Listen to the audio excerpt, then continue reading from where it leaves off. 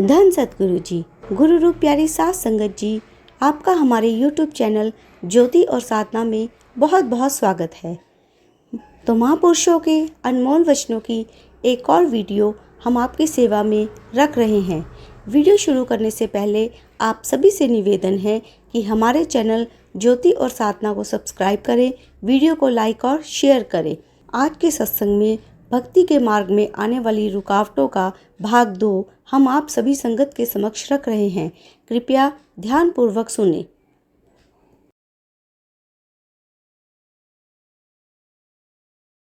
कर प्रीत तु गुरु चरणन में, कर प्रीत तु गुरु चरणन में। छोड़ कपट छल छेद्र असत को, आजा गुरु की शरण में। तू आजा गुरु की शरण में, कर प्रीत तु गुरु चरणन में। तज मिथ्या अभिमान वैर को, रख प्रीत तू अंतःकरण में। रख प्रीत तू अंतःकरण में, कर प्रीत तू गुरु चरणन में।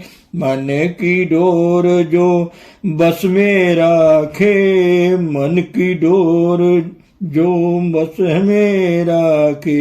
नहीं ढील हो तेरे तरन में, नहीं ढील हो तेरे तरन में। प्रीत मन में राख तू सबसे, क्या रखा झगड़न में, क्या रखा झगड़न में। कर प्रीत तू गुरु चरणन में। शहनशाह जो प्रभु ही राखे, शहनशाह जो प्रभु ही राखे। नहीं आवे तू जन्म मरण में, नहीं आवे तू जन्म मरण में। कर प्रीत तू गुरु चरणन में, कर प्रीत तू गुरु चरणन में।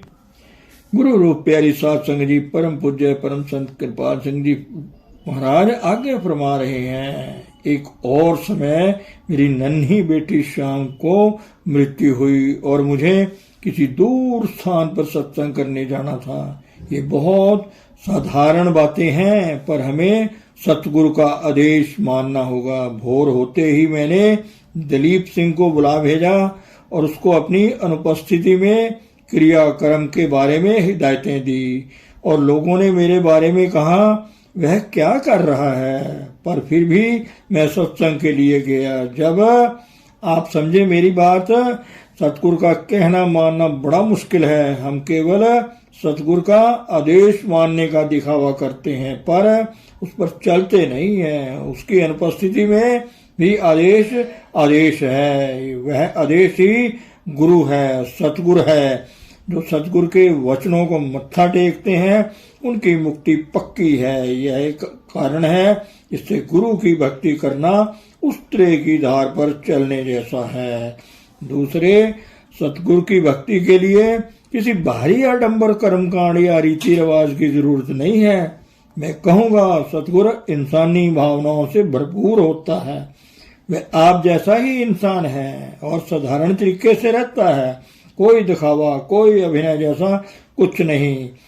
ये स्वाभाविक ही है। ये दो चीजें हैं जो गुरु के पूर्ण भक्ति के रास्ते में बाधक हैं। इसलिए गुरु से प्रेम करना मुश्किल है।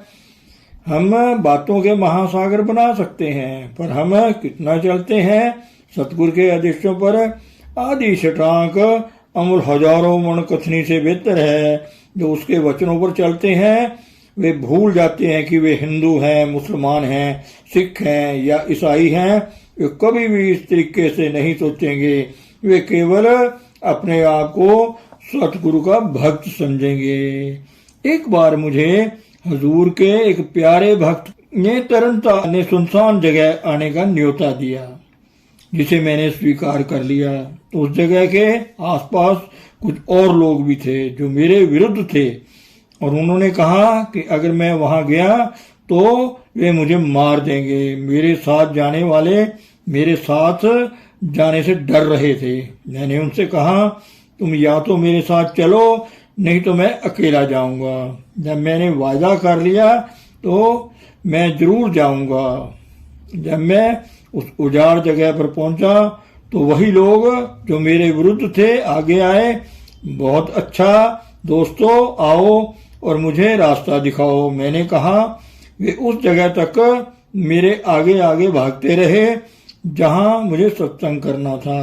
मैंने उन्हें बताया, देखो मैं ना सिख हूं, ना मुसलमान, ना राधा स्वामी और ना ही ईसाई, पर अपने गुरु का शिष्य हूँ। मेरे सतगुरु का धर्म मेरा धर्म है। आप मेरे पास आए अथवा नहीं, ये आपकी इच्छा है। हजूर का भक्त बहुत चिंतित होकर वहां मेरा इंतजार कर रहा था और आंसू बहा रहा था। अतः भक्ति सतगुरु को समर्पित होना जानती है। आप वही करेंगे जो वह गुरु चाहेगा। एक भक्त को सतगुरु के आदेश लेने की जरूरत नहीं है। वह अपने आप बता देगा कि गुरु का आदेश क्या होगा और वह उस पर अमल करेगा। इसलिए सतगुरु की भक्ति के रास्ते में रुकावटें हैं। ऐसा ही मुश्किल है जैसे उस्तरे की धार पर चलना।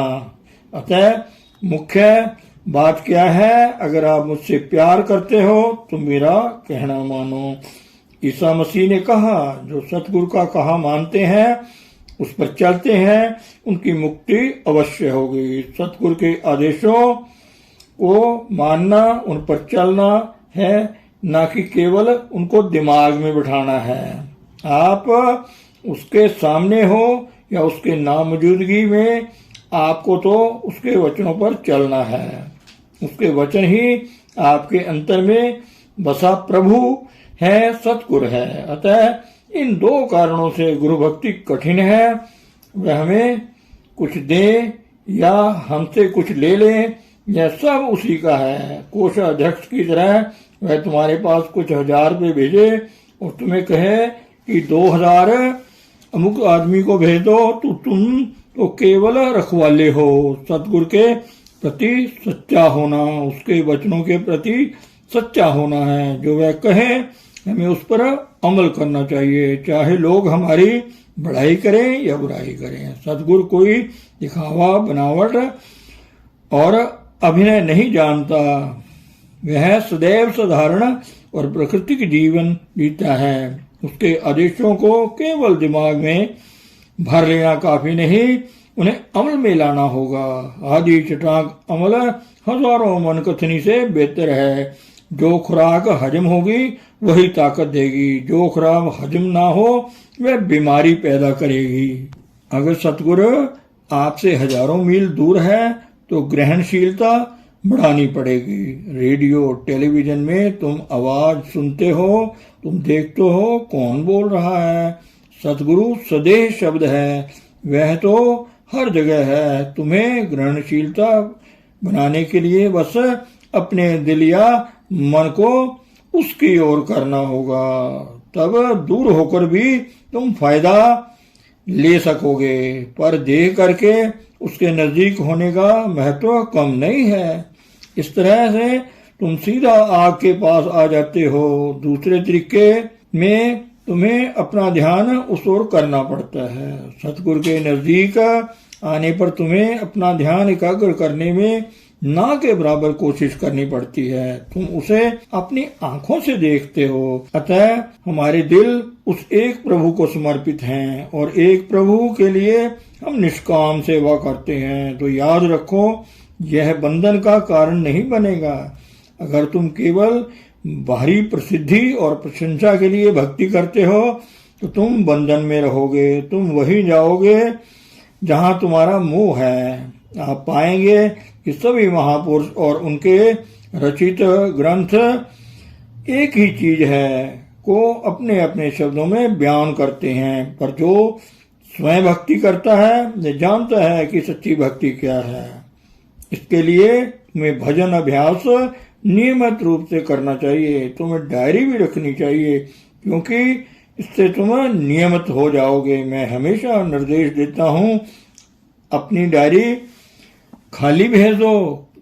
अब तक तुम खाली भेजते रहोगे, 1 महीना 2 महीना, आखिर में तुम नैतिक तौर पर बाध्य होकर डायरी भरने की सोचने लगोगे, तुम नियमित हो जाओगे। तब मैं कहता हूँ बहुत अच्छा, कृपया और समय दीजिए। मैं कभी किसी को डांटता नहीं, उनकी भी नहीं जो मेरा कहना नहीं मानते।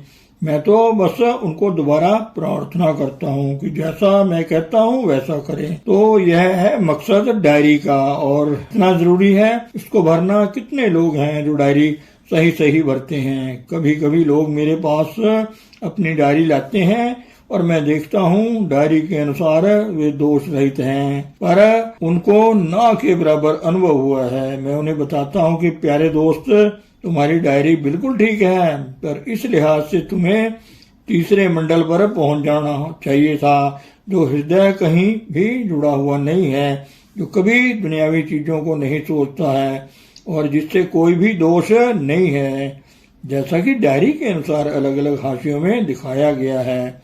वह हृदय निर्मल होगा और प्रभु उसमें अवश्य वास करेगा। वह तो पहले भी मौजूद है, पर वह प्रकट हो जाएगा। धन सतगुरु, धन गुरु रूप प्यारी सात संगत जी।